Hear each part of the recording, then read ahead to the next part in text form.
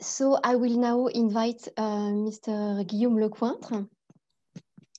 The museum is producing every year a manifesto, which is also a call to think and meditate about the world. And of course, it's related to natural history. And this year, it's Guillaume Lecointre, who is a professor and scientific advisor to the president of the Muséum National d'Histoire Naturelle, who's gonna explain us what is the content of this manifesto, which is called Facing the Limits. Mr. Lecointre. Hello to everybody. Yes, each year, the Muséum National d'Histoire Naturelle edits a manifesto dealing with topics at the interface of science and society. The first one came out in 2017, was about natural history. The subtitle is What Future Without Nature? It's dealing with natural history, what natural history is for, what can be its role in European societies of the 21st century. The second one was about migrations.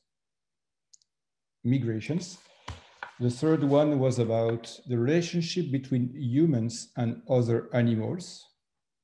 Sorry, it's not appearing clearly on the screen. It's the yellow one.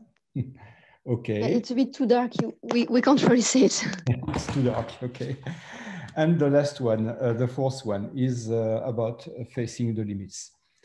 The purpose of the museum is not to dictate opinions, but to provide scientific elements from natural history to help the reader to construct its own opinion along with science, obviously. The black one is Facing the Limits. I'm trying to make it, no, it doesn't work, okay. I'm moving too fast. Facing the Limits, you see it, okay. For each volume, the group of experts is made of half of experts from the museum, half from outside, half men, half women. It is interdisciplinary. For a given topic, we don't have all the disciplines within the museum sometimes, so we need some disciplines to be in the panel of experts, and we go outside to be helped by these disciplines through the contribution of other experts. It is bilingual. It's written half in French and the rest, the translation in English in the same volume. So, Facing the Limits, what is it about? IPCC and IPBES reports warn that limits of the planet and biodiversity are seriously challenged and already overwhelmed. As already anticipated by books written by directors of our museum, such as Roger Heim in 1952, 3 books, 1952, one in 1961, and 9 in 1973, and also by Jean Dorst in 1969. Our dominant economic system has problems with limits, obviously. It is based on the myth of infinite material growth and no limits to richness, accumulation, and concentrations. So what natural history teaches us about the limits of the planet? Limits structure biodiversity as we see it through natural selection. Limits of whatever sort structure the real world. So if we are living in this real world, we have to face limits, and we can't manage our activities within this idea that there wouldn't be any limits of material resources. Infinite is not a scientific notion at our common physical scale. So we have to face limits. We did this manifesto because, in spite of the fact that natural history tells us the constructive, the innovative action of limits, we did it because there is a rampant human hostility towards limits. We impose no limits to profits, no limits to greed, no limits to consumptions other than how much we earn. It is the way our economy works. In this way, we are not so different than the other species. We use the available space and resources until we perish by their exhaustion. So we have something special also. We have the ability to anticipate and try to regulate our activities. Geopolitics and international regulations are urgently needed if you don't want to see biodiversity perish at the state where we wouldn't be able to sustain human health and human needs. When limits are not properly managed, we have two phenomena: rejection of limits. You can find clear rejections of limits in transhumanism, in certain kind of technophilia, the myth of infinite material growth, greed and richness. Or when limits are not properly managed, you can have some storytellings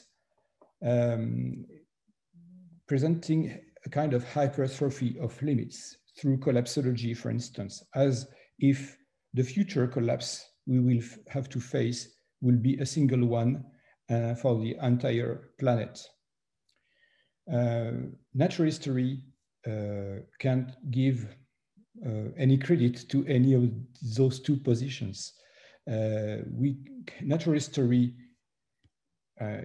does not favor rejection of limits. It integrates limits in his understanding of biodiversity, and natural history doesn't give credit to collapsology, because there will be different collapses at different times, at different moments, with different abruptnesses and at different places, actually.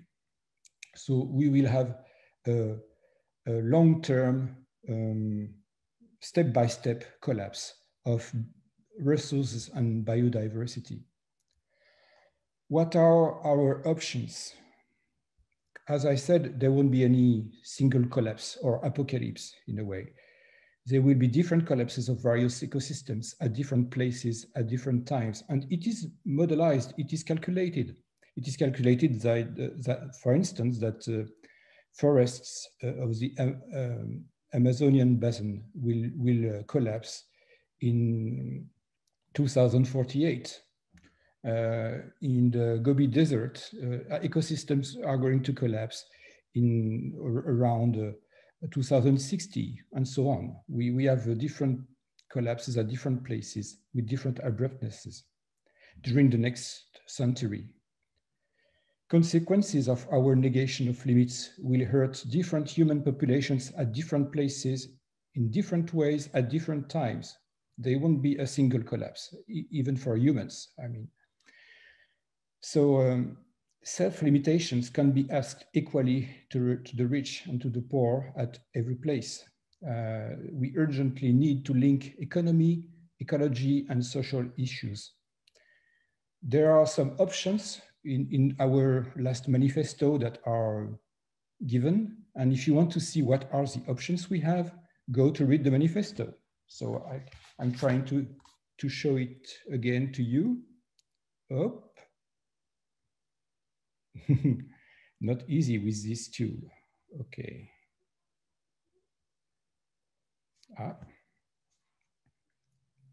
The manifesto, the black one, facing the limits. My 10 minutes are gone. Thank you for your listening. Thank you, Mr. Lecointre, for this strong speech. It's moving, it's a bit hard to listen to, but I guess it's also necessary because it's necessary to sound the alarm, because we face an emergency situation. I'm not sure that the fact we will have different collapses is better or worse than one huge collapse. Yeah. No, as you say. Okay, thank you very much. I know that you're going to join another meeting now, and it's about the writing of the next manifesto of the museum. Yes. And that will be released in October. Can you tell us about what? The next one, yes.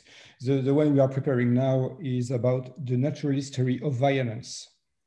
Great. What natural history can tell us about the phenomenon we call violence. Very interesting. I'm sure we will be eager to read that too. So next autumn. Thank you very much, Mr. Lecointre. Thank you.